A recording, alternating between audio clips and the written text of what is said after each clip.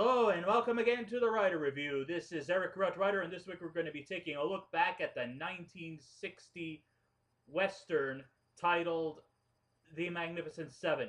Now, The Magnificent Seven runs for 2 hours and 8 minutes long. It is directed and produced by John Sturges.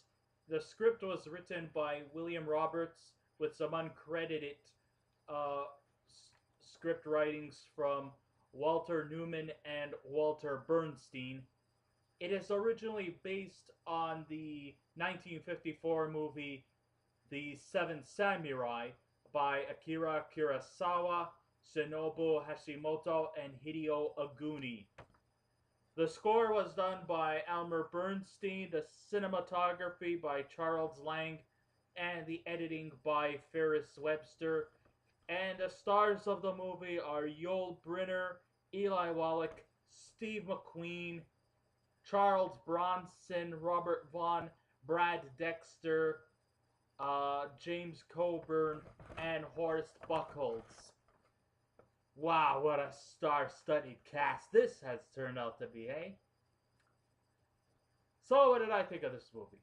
Well, The Magnificent Seven, under the careful direction of John Sturges, is a different concept of Akira Kurosawa's 1954 classic, The Seven Samurai, in which a posse of 7 established gunslingers hired for a meager pay from a poor Mexican village to take down bandits led by Eli Wallach's character Calvera. Him and his group of bandits are sabotaging a Mexican village, running them dry from food and finance, leaving the poor inhabitants in a state of destitution and famish. So what did I think of this movie? Well, this film is a quick reminder of the golden years of cinema when filmmakers were creating cinematic pieces taken from heart and dedication, contrary to the pointless sequels and money-picking blockbusters the film community has been feeding us over the years. Hey, call me old-fashioned, but this film is as good as it gets. This was kind of almost like in the last days of classic American cinema. Long before Sergio Leone and Clint Eastwood collaborate to do classic westerns. Well, there were still classic westerns that Leone did. Of course, this was kind of like at the dying points of American cinema, which of course segued to Sergio Leone and his well-renowned spaghetti westerns, which are still good. You know, the good, the bad, and the ugly. That's about as good as it can get. But, this movie is a classic in its own right. And yes, this is a remake, I will assure you that. But at least it was taken to a point where it still furnishes on originality, only this time they're replacing samurai warriors with gunslingers, and instead of a samurai protecting a small, poor Japanese village, the gunslingers are trying to rescue a poor Mexican village being overwrought by a group of bandits led by Calvera. The story is about as simple as it could get, but it is taken to an effect, and it is taken to a point where the film was directed, produced, and written and handled more with care rather than finance. Sure, the pay is nice, but still, do you think that these guys are actually just doing it on money alone? No. These guys are dedicating themselves to entertain us, enlighten us, and maybe even to some extent trying to educate us. There is some educational value. There is some moral lessons within the script, even though it's hidden subliminally. It still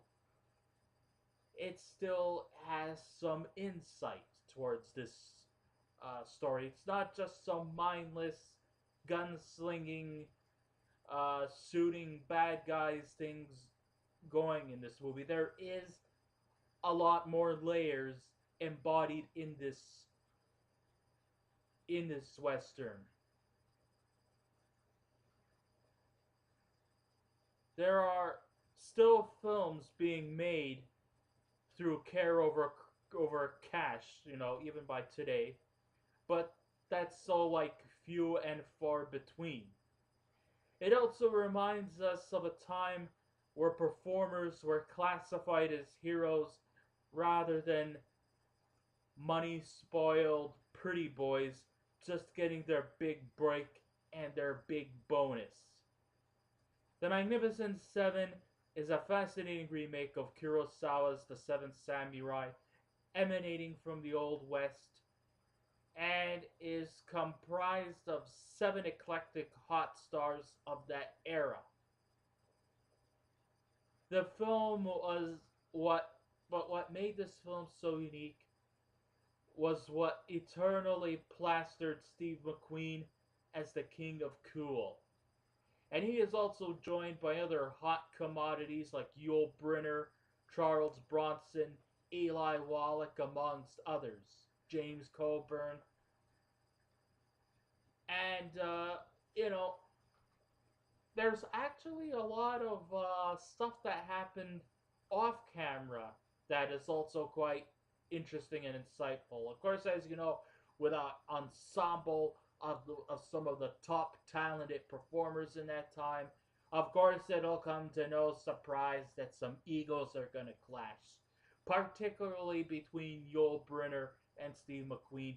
Yul Brynner was pretty insecure during the filming of this movie for the fear that the more charismatic, more colorful Steve McQueen was trying to upstage Yul Brynner. And sometimes this upstaging seemed to happen during the filming, on camera as well. There was a few idiosyncrasies like the gun twirling moments or the raising the hat. Howdy. Things that was happening there too. I mean, not necessarily in that kind of way, but, trying to upstage one another, and it happens numerous times. And sometimes even the friction and the hostilities between Yul Brynner and Steve McQueen also took its effect on the other cast members as well. And there was, and this movie wasn't filled without its trials and tribulations. It was garnered mixed reviews, but to me, this film was the best of a series. Yes, there was actually a series of the Magnificent Seven. It spawned four more sequels, but this one was, of course, the one that stood the test of time. Of course, people will think this was like paraphrasing off of Akira Kurosawa's The Seventh Samurai, but I don't like to think that. Yes, remakes could be good if it was handled with care. I don't have a problem too much with remakes or reboots, but as long as you put care into your work to make it feel original and not a parody or a farce, then by all means, I will sit back and I will genuinely enjoy it, just like I did with The Magnificent Seven. There's no problems with remakes, just as long as you try to keep it original so that it could feel like it's your own. And that's what The Magnificent Seven does here. Okay, sure, The Magnificent Seven, it's a nostalgic journey to yesteryear that's worth savoring every minute. It also stands the test of time, situated between the symbolic white hat all American Western classics and the spaghetti westerns that were made famous by Italian director Sergio Leone. Of course, he collaborated a lot with Clint Eastwood to do these things, to do these westerns. Like I said, I've always been a big fan of the good, the bad, and the ugly, and I hope that one of these days I will do the good, the bad, and the ugly. I'm sure my friend, who is one of my regular uh, readers, I think he goes by the man with a name or the man with no name. Anyhow, he he seems to be somewhat an aficionado of the Western genre, and I hope that someday soon I will do a review on the good, the bad, and the ugly. Because hey, I'm just as much of a huge fan of Western movies as well. All right, but the real centerpiece isn't really on the action, though the action in this movie is as exciting and it really never holds back. But one thing that is the real meal ticket is the development in the characters and what drove them on this dangerous initiative. Of course, um, Chris Adams, of course, he's like the leader of the group. Vin Tanner, I think he's kind of like the second in command. Charles Bronson, he's the man, he's like the professional, but he also, I like some of his interactions between he and the young villagers. He's almost like a motivational speaker. I also like Robert Vaughn's character, Lee. He's the guy who's got the nightmares and just can't seem to be driven out of them. Brad Dexter, he's kind of like the gold digger. Sometimes they may seem a little bit out of place in this film, but I think he can be used to great effect. Um, James Coburn, he is really quite outstanding as the knife wielder. Horst Buchholz as Chico. He's kind of like the young, inexperienced young buck who tries to prove himself that he is a great contributor to the group. This movie is definitely a character-driven film, although I feel that maybe some of the characters are a little more developed than the others. And even though Eli Wallach's character Calvera is the evildoer in this movie because he and his banditos are are sabotaging and just stealing all the goods and the belongings to this Mexican villa. Still, there is actually, he isn't, just some one dimensional villain. I mean, yes, he's evil as it comes, but he also has a purpose as to why he's doing this. He's not just doing it for the thrills. He's not just doing it just to scare off the locals. No, he actually has a purpose as to why, and he's just only doing it for survival, for him and his fellow banditos. So this really is a character-driven film, bar none. There are myriads of reasons why they got into the business of becoming gunslingers, even though death was knocking on their door. The good thing was the focus. It wasn't primarily, just on one character, but the whole posse. And that the character description is not undertaken into long intervals. We're not going through a bunch of long narratives about the characters. We get to the gist of their motives. We get to know why they're doing this to begin with, what their intentions are. And I think that this character-driven film is what really is the standpoint of this movie. Every time I watch this film, I find it hard to, decide who's my favorite character because they're all very believable. I guess the one that kind of stands out the most is James Coburn as the laid-back knife expert Brit. Yes, it's kind of a shame that he was one of the four of the seven uh, gunslingers who met his fate.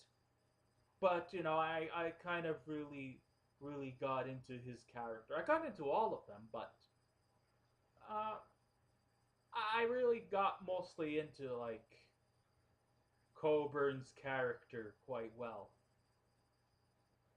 Outside the posse, Wallach shows extreme supremacy as the evil and menacing Calvera, and with an ensemble of top talented movie stars that Hollywood churned out there, these guys can spin circles around the performers of today. And yes, about 98% of the cast here is no longer with us. And I guess of the main characters, I think the only one who's still alive is Robert Vaughn. And let's face it, he means business. Hey, if he could do it for a Jacoby and Myers commercial, I. But then again, the guy has a movie career that spans 60 years. But of course, Robert Vaughn, of course, became famous for his TV series, The Man from U.N.C.L.E. Yes, I know, by the time the 60s came around, Westerns was kind of dying out and spy thrillers were starting to become the more prominent, dominating thing that was happening in American film. Because all the Westerns were all going over to Italy with Sergio Leone and his spaghetti westerns. But that doesn't mean that the actors in those spaghetti westerns were all a bunch of meatballs. But they really, hey, you dare to call Clint Eastwood a meatball? Go ahead, make his day. Anyhow, not only was this movie performed to near perfection, the atmosphere and the musical background was outstanding. The props were sublime, the costumes were authentic, and I don't think there was too much anachronisms in this movie. So the technical stuff and the props and the costumes and the locations were excellent. The cinematography was great, the camera working was great, the location was excellent. But yes, I have to give a hats off to composer Elmer Bernstein for making such a fantastic job with the score. Elmer Bernstein definitely had a theme song that will probably stick to your head for a long time to come. This was actually the thing that carried the film through, and it was worked to good effect, which is the reason why he was nominated for best soundtrack or best composing for a motion picture.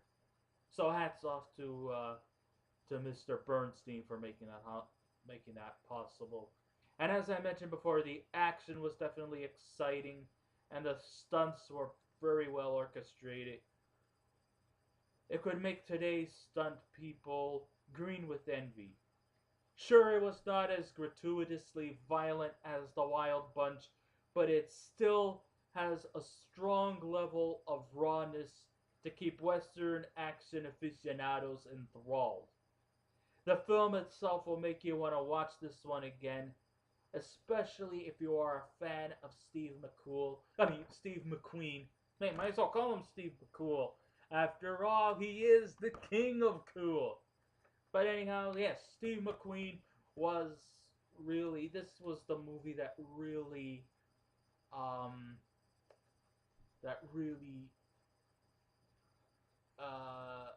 guess, lifted his career.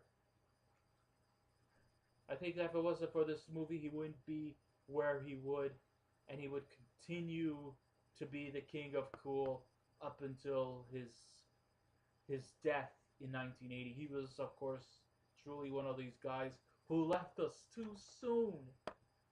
Oh man, I tell you, cancer sucks. Not to those who are born under the sign of cancer, but man. But at least it was good that, near McQueen's dying days, he and Yul Brynner managed to make amends. Because let's face it, after this movie came out, Yul Brynner did not want to work with Steve McQueen ever again, and their working relationship and their friendship really disintegrated after this movie. Of course, like I said, this movie spawned 3 more sequels, and Yul Brynner was the only one to reprise his role in the sequel. But in order for him to have done the sequel of the Magnificent Seven, I think it was called The Magnificent Rides Again. Yul Brynner did state that he will only do it if Steve McQueen was not part of the sequel, and so it so happened that McQueen didn't. McQueen went on to other things, and I don't really think he was really that interested in doing the sequel. So there you go. Like I said, this movie was so well respected in the remake. You know, some directors are not exactly fans of other directors trying to sabotage their original works. But then there are the rare occasions where some of them give so much praise that they would go out of their ways to show their appreciation. In the case of director John Sturges, he actually met Japanese director Akira Kurosawa, and Kurosawa was so impressed by this reboot or this remake of The Seven Samurai, The Magnificent Seven, that he actually gave John Sturges his very own complimentary, honorable samurai sword as a token for his efforts in remaking The Seven Samurai. If that isn't compassion, then I don't know what is. A lot of directors who have a lot of other directors would have been pissed off by the whole thing. Like, why the fuck did you sabotage the goodness of my old original script, my old original production to make this bullshit? But Kurosawa really actually enjoyed The Magnificent Seven, that he gave John Sturges a samurai sword for as a token of appreciation. That is just so amazing. It really is. It really marks. It really puts a soft spot in my heart for somebody to do that.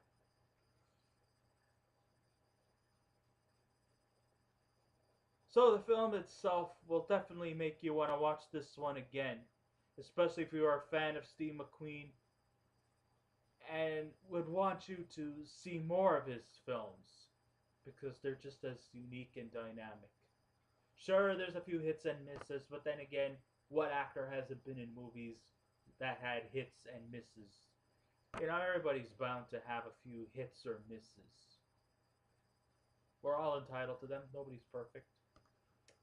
But anyhow, and for those who have never seen this movie, well, I'm sure it's popping up somewhere on the internet.